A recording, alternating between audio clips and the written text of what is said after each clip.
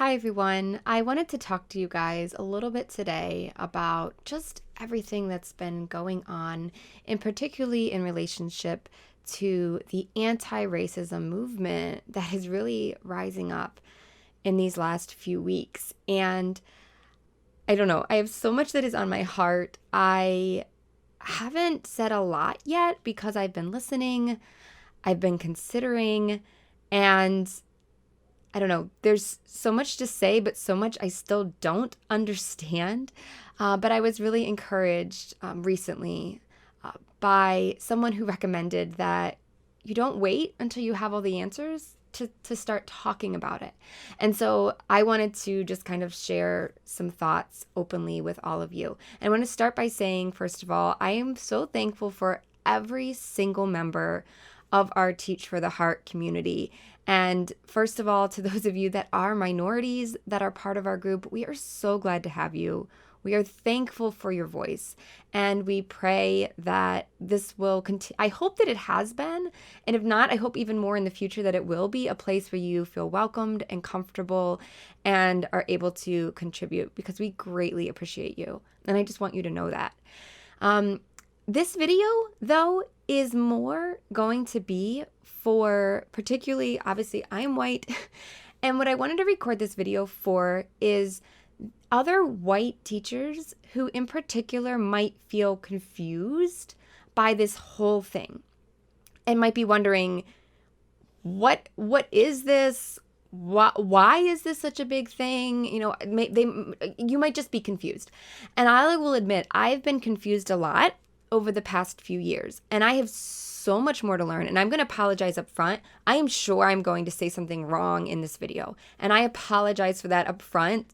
I am just barely starting to understand like the surface of all these things.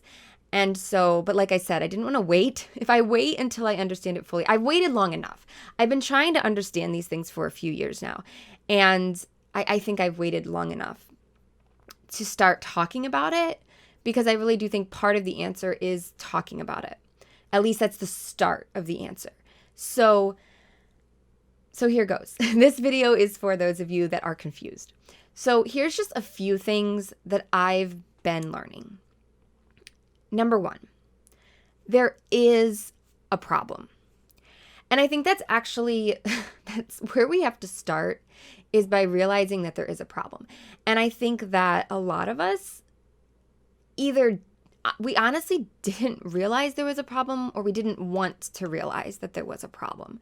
And I think it's honestly comes from good intentions. It comes from the fact that in our lives, I guess I can't speak for you, but I can speak for myself. Race is not a huge part of how I look at the world. When I see a white person or a black person or a Hispanic person, that is not the first thing I notice about them. I guess I notice race like I might notice that I'm Italian and my husband's Ukrainian, but it's not a huge part of the way I view the world. And I know for a lot of you, that's the way it is too. You know, when you have a student, when you look at your students, you don't consciously think much about what their race is or isn't. And so because of that, we and maybe even our circle of influence, the people that we're around, also feel like that. You know, we feel like we love everybody. We want to help everybody. At least that's our goal, is to love everybody, to be there for everybody, to support everybody, to point everyone to Jesus. And so because that's our experience, and hopefully it's also the experience of our church community or our close friends, it's easy to think that that's how it is everywhere. But the reality that I'm starting to see, and maybe you're starting to see too, is that that's not the case for everybody. That's not how it is everywhere. And, you know, the fact that we don't have to think about race very much is that's actually what people mean when they use the term white privilege. That term is really confusing, at least it was for me when I first heard it. It doesn't mean that we as white people don't have problems or that everything is handed to us. But what it means is that we have the privilege of not really having to be concerned about our race. The fact that our race doesn't actually affect us very much. And the reality is that that's not everybody's experience. There's a lot of people in America that that's not their experience. And this is hard for us to accept at first because it's not the way we want things to be. We don't want things to be that way. We want it to be that everyone is accepted equally. And so I think there's just a natural resistance to that. Like, no, like that is how it is. But I think what's been happening is really, I hope, opening our eyes. Like, it's not just about one incident that happened. It's not just about the tragic murder of George Floyd.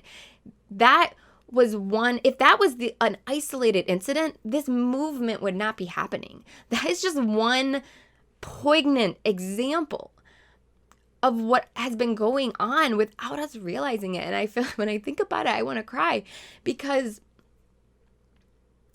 I don't know, like it's been happening. You know, we think about slavery and we think about the civil rights movement and we look back on that and we think, how could we let this happen?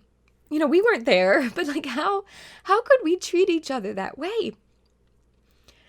And it's really tough to see that maybe we haven't moved on from that as much as we thought we had. But I think, but we haven't. I mean, how can we, and just because we don't see that, just because we don't experience that doesn't mean it's not happening. I guess that's what I'm trying to say. And I'm starting to just barely start to see that.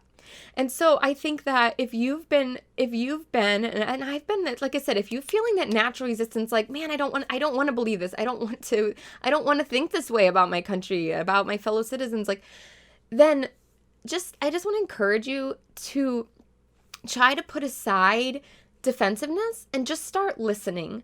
And this is something I've started to do over the past couple of years. You know, when I hear something, instead of just immediately saying, oh, that's not true, I've listened and tried to think about it. And as I said, I'm still just barely even starting to understand these things, but I'm starting to see because I'm trying to listen. And I think it has, if you're completely confused, I would just I encourage you to at least open your mind and start to listen and talk to your Black friends, to the people that are in your church, and just ask them about their experience. You know, say, what has your experience been? And remember that not everyone's experience is the same. When I talk to different people, I get very different experiences. Okay. So it's not like one African American represents everybody. Okay. But talk to different people and start to get their experiences and just start to listen to what they have to say. So that's one thing I'm realizing, there is a problem. Second thing I'm realizing, because there is a problem, it's not enough to just not be racist. We need to actively be anti-racist. Here's what I mean by that. I think a lot of times, at least I know I in the past, have thought that the best approach to fighting racism is basically just to take race out of it, right? So like we just treat everyone the same. We don't seek out a particular race, but we don't discriminate against, like, it's just kind of, we can ignore race. The best way to fight racism is to ignore race. And I'm realizing that that's not true. Like, that is only true if racism is no longer a problem. But it is still a problem. So because it is a problem, it's not enough for us as Christians to just sit by and just say, well, I don't discriminate, and that's not enough. That would be a little bit, because there's a problem, that's a little bit like if we were back in the days of slavery, just saying, well, because I don't own slaves, I don't need to be an abolitionist, right? Like, every Christian back in those days, I would pray and hope, should have been an abolitionist. So it's not enough for us to just sit by and just say, well, I'm not racist. We need to look for ways to participate in being anti-racist. And when I've been thinking, there's so much to say on this, and I'm only scratching the surface, but as I thought about this morning in particular, I was thinking, what would God have from us? And a few verses came to mind. One verse is, God says to us, Jesus says to us, the first commandment is to love the Lord your God. And the second is to love your neighbor as yourself. And then in 1 John it says, let us not love in word and tongue, but in deed and truth. So loving our African American and other minority neighbors means doing more than just saying that we support them. It means looking for ways to actually make a difference. And I don't know how all that works yet, but I'm going to be looking for ways to do that. And I think we can too. And as teachers, we are uniquely positioned to really make a difference. We are helping raise the next generation, not just of our own children in our own homes, but in school every day. And so we have the opportunity to have these conversations with students to shape the narrative of the next generation, to raise a generation of kids that thinks about these things way differently. And once again, I think the key is not just ignoring race, but actually like doing that hard work of like realizing this is a problem, so we can't just skirt around it. We have to go through it. And like I said, I don't know how this, I want to be committed here at Teach for the Heart to come back to these issues, not just now when it's popular, but over and over again over the coming years to explore them in different nuances. And I hope you guys will hold me accountable to do that. But anyhow, I'm getting off track. There's a lot we can do. And I think if we open our minds to it and we're looking for it, we're going to start seeing those opportunities. And just pray that God would give us the courage to speak when we see something, to just say something, when we see racism, to speak up against it, to not let it go unchecked. And I think that's really important. You know, another thing I've been thinking about, you know, as I thought, what would God have for us, is the fact that I read in reading the prophets, God really condemns the nation of Israel for their lack of justice and the leaders because they're unjust to the poor, to various people in their society. And I think that seeking justice for others is really, really important. It's a core Christian virtue that we are seeking justice for others. And keep in mind that this is the third thing that I've learned, that it doesn't have to be either or. I think one of the pushbacks, particularly in recent days, have been like, well, if we support Black Lives Matter, does that mean that we're saying we don't support the police? And that is not at all true. I love Ben Watson talks about this in his book, Under Our Skin. He talks about the both and meaning we can't, there's so many, and this is applicable to so many issues in society. When you understand this concept, you will see it everywhere. So many things in society we view as either or, okay? You're either for Black Lives Matter or you're for the police. That is not true. It can and must be both and. We need to be supportive of the police, thankful for the police, thankful that they protect us, but at the same time against racism in police departments. Okay, it has to be both. It needs to be both. It does not have to be either or. And this applies to so many other things as well. So when you find yourself saying, you know, hey, this applies so many places, but you'll see it. When you find yourself saying, okay, this is maybe true, but this is more important, it's not an either or, okay? They can both be true side by side. If you know, don't deflect against something that is true or something that you can change just because there's something more important. I've seen comments on social media recently with people saying, well, what about abortion? You know, you care about Black lives, what about abortion? Listen, they're both really important. Like abortion and slavery are our nation's two most heinous sins as a nation that we have been and are guilty of, okay? They're both horrible, okay? But just because abortion is horrible doesn't mean this isn't horrible. Racism, the racism that remains isn't horrible. They're both horrible. And they're both worth fighting against. So fighting for justice and against racism does not in any way detract from fighting against abortion and the killing of innocents. And I think they actually can tie beautifully together. And they should tie beautifully together. So embrace the both and. You'll start to see it if you start opening your eyes to that. Okay, one final thought as I was considering all this, and just kind of a word of encouragement, is I really think in all of this, we cannot lose sight of Jesus.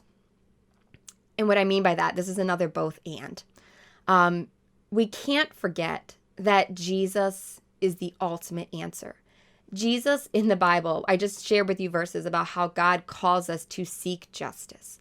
But we also have to recognize that we will never have a perfectly just society until King Jesus reigns on earth. And I don't know about you, but can you imagine how amazing that will be when Jesus is perfect justice, when he is in charge and everything is under his righteous rule. I mean, we will finally reach the place that we all want to be at. So we have to keep in mind that Jesus is the answer, that all the things we so desperately want will never find their true completion apart from him. But that, once again, that doesn't mean that it's an either or. It's not, well, because we'll only find this in Jesus, we don't do anything. No, Jesus has called us to recognize that he is the answer, but to also work to promote as much justice and love and mercy. I just keep thinking that verse. It's on repeat in my head. Seek justice, love mercy, walk humbly with your God. And so it's both. We must take every opportunity to point people to Jesus. We must not forget that he is the ultimate answer, that any justice we seek that doesn't include him, is progress, but we still lost the soul. We have to always remember that. But that does not in any way detract from the importance of this movement. And I think they shouldn't be an either or. They should walk beautifully hand in hand together. All right, I think I've said enough. I'm just going to give you one recommendation of a follow on Instagram. Look up the AND campaign. This is an organization mostly run by African Americans, and but they coordinate beautifully. It's just a beautiful other perspective. They embrace the concept of the both and they are a Christian organization, and they just honestly, I've been following them for a while, and their views are different than mine politically, and I think that's really helpful. And they're really all about helping us step out of our politics and embrace Christianity, and to realize that there's the both and just to see things from a Christian perspective versus a liberal or a democratic or a left and right, to really take our Christianity and have it impact our politics and impact how we engage with issues like this. So I highly recommend that follow. Okay, I think I've said enough. I would love to hear your guys' thoughts as we can continue this conversation. And as I said, this is just a start, but I don't know. I hope it was helpful to someone.